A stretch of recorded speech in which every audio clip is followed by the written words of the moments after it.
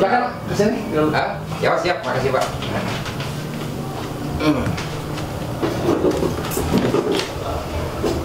Pertama, perkenalkan saya Putra Jaya Sukma dari Suara Independen Jurnalis Indonesia. Pertama adalah silaturahmi gitu ya. Kedua, memperkenalkan perkumpulan Suara Independen Jurnalis Indonesia, dan kami bersama kawan-kawan ini ingin menawarkan bagian dari layanan jasa gitu ya, berkaitan dengan perizinan. Selain perizinan yang kita adakan adalah PT Perorangan, PT Perseroan Terbatas, CV, perkumpulan, dan yayasan Pak. Gitu ya. Mudah-mudahan kedatangan kami ini bisa bermanfaat untuk kepala desa atau sekretaris desa gitu ya, yang mana perizinan ini kan memang sudah diwajibkan di setiap desa ini, kan artinya memang pasti memiliki kegiatan ataupun potensi yang ada di masyarakat bisa terbantu melalui perizinan yang kami adakan begitu Pak. Jadi perizinan yang kami kerjakan itu ini adalah contoh-contoh perusahaan-perusahaan yang sudah kami buat ya. Perusahaan-perusahaan yang kami buat, salah satunya adalah akte notarisnya gitu ya. Yang lain itu perlengkapan apa saja yang akan didapat. Itu adalah pertama adalah NPWP perusahaan, kedua adalah NIB perusahaan, ketiganya adalah SK Kemenkumham, keempatnya adalah sertifikat standar, kelimanya adalah akte notaris, keenamnya adalah pernyataan pendirian atau bisa dilengkapi dengan company profile, dan kami juga bisa membantu untuk mendaftarkan ke e-katalog. Mudah-mudahan kepala desa ini bisa membantu masyarakatnya juga selain daripada kepentingan kepala desa begitu ya. Mudah-mudahan, karena saya rasa untuk ke depan ini sistem digitalisasi atau sistem online ini akan ditetapkan kemungkinan bisa jadi untuk tahun 2024 begitu Pak. Jadi bagaimana perusahaan yang kami tawarkan itu sangat mudah. Apa sih syarat dan ketentuannya? Syaratnya itu hanya KTP, NPWP pribadi ya, KTP sama nama perusahaan. Kalau untuk bidangnya itu banyak sekali, bisa bidang untuk perdagangan umum berbagai macam barang, untuk farmasi, untuk kebutuhan sembako, untuk kegiatan pekerjaan lingkungan sipil, untuk pembangunan rumah tetap, untuk renovasi rumah, untuk pengecatan, itu segala macam itu bisa diterapkan. Barangkali Bapak berminat. Berharap tentunya kami juga selaku kepala desa ya, kita tidak hanya sebatas melaksanakan kegiatan sebagai kewajiban sebagai kepala desa, dan tentunya juga secara pribadi saya juga kepingin punya perusahaan yang tentunya legalitasnya jelas dan lengkap. Adapun dengan keterbatasan waktu, terus keterbatasan saya mengurus, ini suatu kesempatan buat saya pribadi ya. Buat saya pribadi, yang penting jelas sampai beres dalam pengurusan legalitas perusahaan tersebut. Tentunya insya Allah saya juga ingin melihat dulu nih ya, sampai sejauh mana apa yang tadi Abang sampaikan ke saya, bahwa pengurusan untuk legalitas CP, PT, dan lain-lain ini tentunya juga saya tertarik gitu. Mudah-mudahan apa yang menjadi harapan saya, mempunyai satu legalitas perusahaan, di samping menjadi kepala desa juga kita bisa berusaha berwirausaha lah ya, di luar. Yang tentunya ini juga bukan hanya sebatas kita punya modal, tapi secara legalitas juga jelas. Betul Bang, iya. Jadi selain ketika kita punya pembuka CV, ya kan tentunya kita juga ingin tahu dulu nih, ya berapa biayanya sampai beres apa yang tadi Abang sampaikan, ya dari mulai pengurusan akte notaris, terus izin NPWP sampai ke Kemenkumham juga, ya. Selain itu apa saja yang didapatkan dan juga apa saja persyaratannya yang harus kita siapkan. Kan biasanya kan gini, ketika kita punya legalitas kita diperlukan untuk umpamanya, contohnya lah kita ikut lelang di perusahaan di Pemda, provinsi, kabupaten atau provinsi gitu ya. Apakah ini legalitas ini bisa dipertanggungjawabkan masuk atau tidak gitu kan, secara legalitas itu kan resmi. Betul ya, supaya ketika kita mengurus pun tidak ada masalah gitu. Betul. Jangan sampai kita sudah punya legalitas ternyata ini tidak bisa digunakan bermain di pemerintah gitu. Betul. Di proyek-proyek pemerintah. Insya Allah nanti toh kalau emang istilahnya ini sudah jelas apa yang tadi disampaikan secara detail ya, persyaratan dan yang diterima oleh saya juga ingin tahu berapa sih biayanya untuk pembuatan PT dan berapa sih untuk pembuatan CV dan apa saja yang akan saya terima. Siap. Terus apa saja persyaratan-persyaratan yang harus saya persiapkan gitu untuk kelengkapan tersebut gitu. Ya. Kalau untuk biaya pengurusan PT Perseroan Perorangan itu kalau khusus untuk desa itu 4 juta, bisa dipaketkan gratis website desa, Pak. Biaya 4 juta. Iya. Nah, gratis website desa. Kalau CV itu biaya 5.500.000, Pak. Ini yang 4 juta untuk itu 4.500.000 itu PT Perseroan Perorangan. Oh gitu. Kalau untuk persoalan terbatas, kalau persoalan terbatas itu dengan lengkap gitu ya, itu 8 juta, Pak. 8 juta. Iya, 8 juta persoalan terbatas. Kalau CV itu yang kali 4 juta. Iya. Tapi persyaratannya? Persyaratan itu hanya KTP dan NPWP pribadi serta nama perusahaan. Nama perusahaan itu terdiri dari 3 kata, Pak. Contoh, PT Sukma Putra Jaya Sukma, ini kan 3 kata. Jadi 2 kata itu nggak bisa, Pak. Seperti itu. Iya. Seperti ini salah satu kepala desa ini bikin namanya PT Sahabat Jaro Bacet. Nah ini kan 3 kata. Nah ini ada salah satu contoh milik salah satu kepala desa. Itu seperti itu, Pak. Kalau Bapak berminat, nanti bisa dengan tim saya untuk mengambil datanya gitu ya. Nanti kita akan kembali lagi untuk registrasi atau mengisi formulir, Pak. Gitu, nanti dengan divisinya gitu, Pak. Ya. Jadi perlu saya jelaskan, Pak. Jadi perizinan ini kan yang sudah diatur undang-undang, ada perubahan undang-undang Cipta Kerja bahwa PT ini sekarang memiliki 2 tahapan atau 2 level. Pertama adalah PT Perseroan Perorangan, Pak. PT Perseroan Perorangan itu didirikan 1 orang, yang mana itu levelnya itu lebih rendah untuk usaha mikro kecil menengah.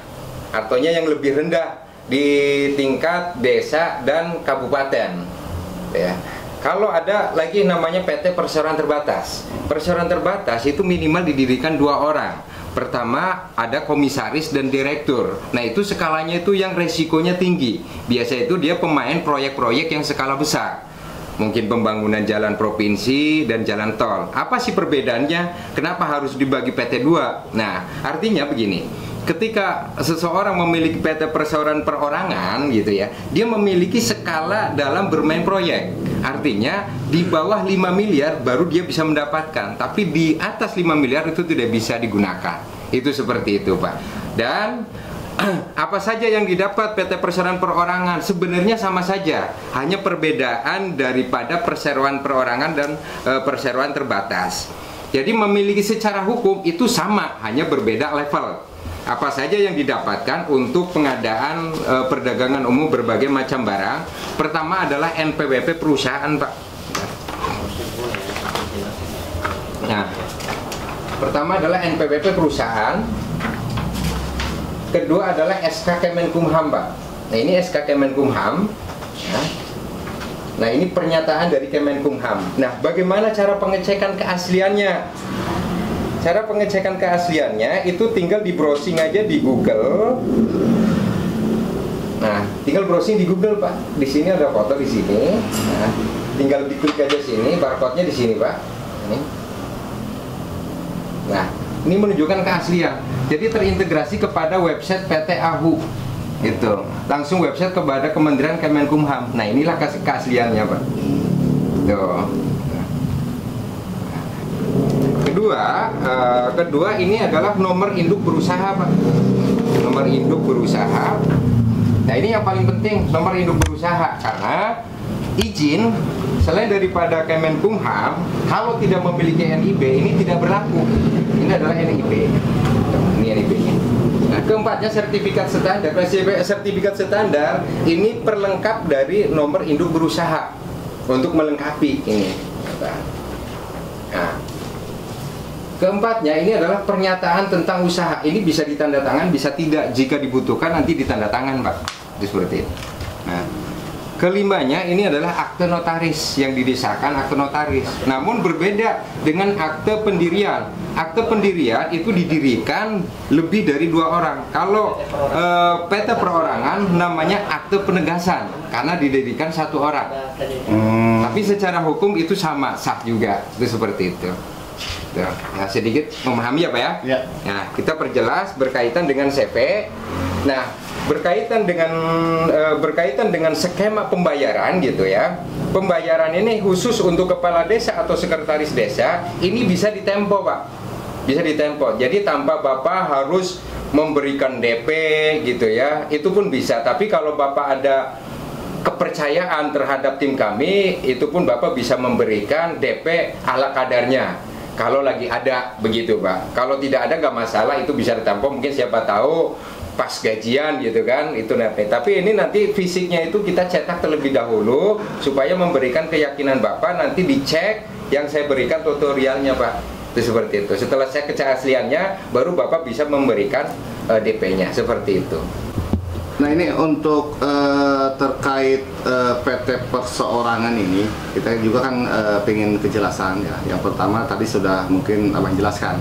Ini terkait masalah pajak. Nah, Abang bisa jelaskan? Ya, perlu saya jelaskan bahwa PT perseorangan itu kan levelnya level bawah. Jadi pemerintah itu menetapkan itu pajaknya itu hanya 0,5% Pak. Gitu.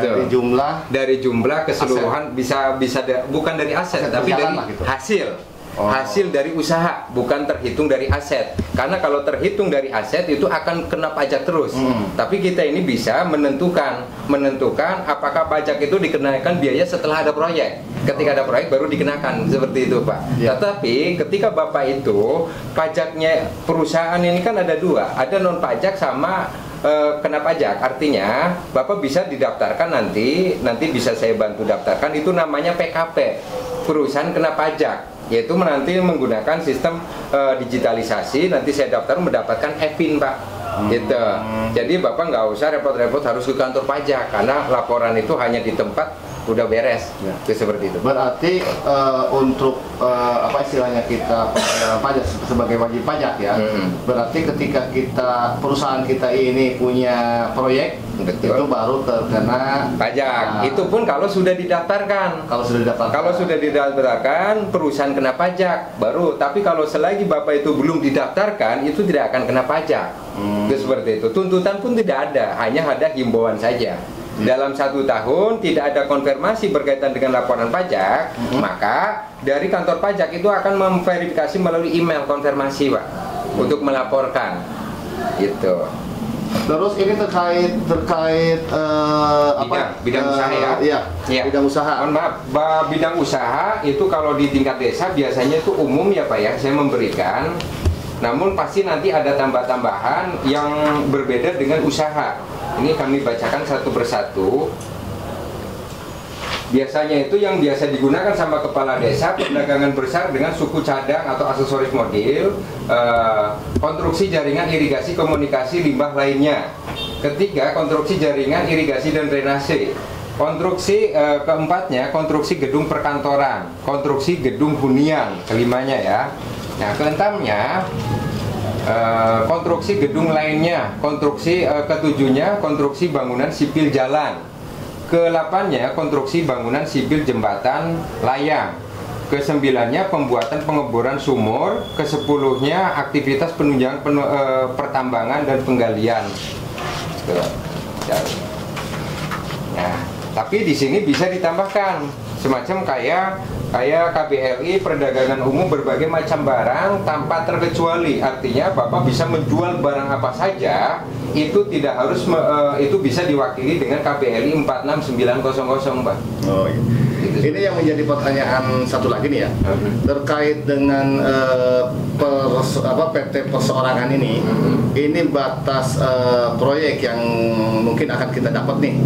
Kita seandainya ya, kita ikut tender PL gitu ya, PL batas anggaran maksimal itu berapa yang kekuatannya nih untuk PT Perseorangan? PT Perseorangan itu hanya dibatasi maksimal itu 5 miliar Pak. 5 miliar? Iya, di atas itu tidak bisa. Terkecuali kita bisa bermain itu di SBU-nya. Gitu. Ya, surat badan usaha. Nah itu kami pun bisa melayani SBU, tapi prosesnya itu tidak cepat Pak. Gitu. Kalau PT Persatuan Perorangan kami beres itu sekitar 2 hari sampai 3 hari. Tapi kalau SBU itu melalui verifikasi karena memang syaratnya itu sulit, minimal SMK gitu ya, untuk mendapatkan grade 1 di level bawah itu dengan maksimal 15 miliar untuk bermain PL. Seperti itu. Saya juga sedikit sudah memahami apa yang tadi Abang sampaikan ya, terkait dengan biaya persyaratan dan juga berkas yang legalitas yang kita terima. Yang tentunya ini saya juga kan ini baru tahu nih ada PT Perseorangan ya. Ini PT Perseorangan itu bisa didirikan satu orang gitu. Kalau masalah perseroan terbatas sih istilahnya sudah tidak asing lagi gitu. Betul. Ya. Ini untuk PT Perseorangan, apakah ada grade itu kan batas kemampuan transaksi gitu. Iya. Apakah ada grade? Ini masuk ke grade berapa? Gitu? Masuknya itu grade paling bawah Pak, paling dasar. Yeah. Untuk levelnya level UMKM, bukan mikro gitu. Jadi ada UMKM, ada mikro gitu kan. Berarti yang resikonya itu menengah ke bawah gitu, bukan resiko tinggi. Maksimal transaksi untuk bermain proyek itu batasnya maksimal 5 miliar Pak. Yang untuk PT Persatuan Perorangan gitu ya Pak. Soalnya kan kami juga tentunya sebelum menjadi kepala desa juga pernah terjun ke perusahaan bidang konstruksi yang tentunya kita menjalankan di CV lah gitu ya dengan rekan-rekan yang lain. Ini saya setelah menjadi kepala desa juga kan tentunya saya ingin punya perusahaan ya yang legalitasnya jelas, lengkap. Ketika kita berusaha ditanyain legalitas juga tidak ada masalah apa-apa. Jadi insya Allah saya akan coba pelajari dulu ya, dan juga nanti kalau toh emang rekan-rekan dari tim ingin kembali nanti saya kontak aja. Nanti tolong cantumin nomor kontak saya. Siap. Bisa dihubungi kapan saya ada waktu, via WA aja dulu. Siap. Ya. Oke, siap. Terima kasih. Makasih banyak Pak ya. Ya, sama-sama.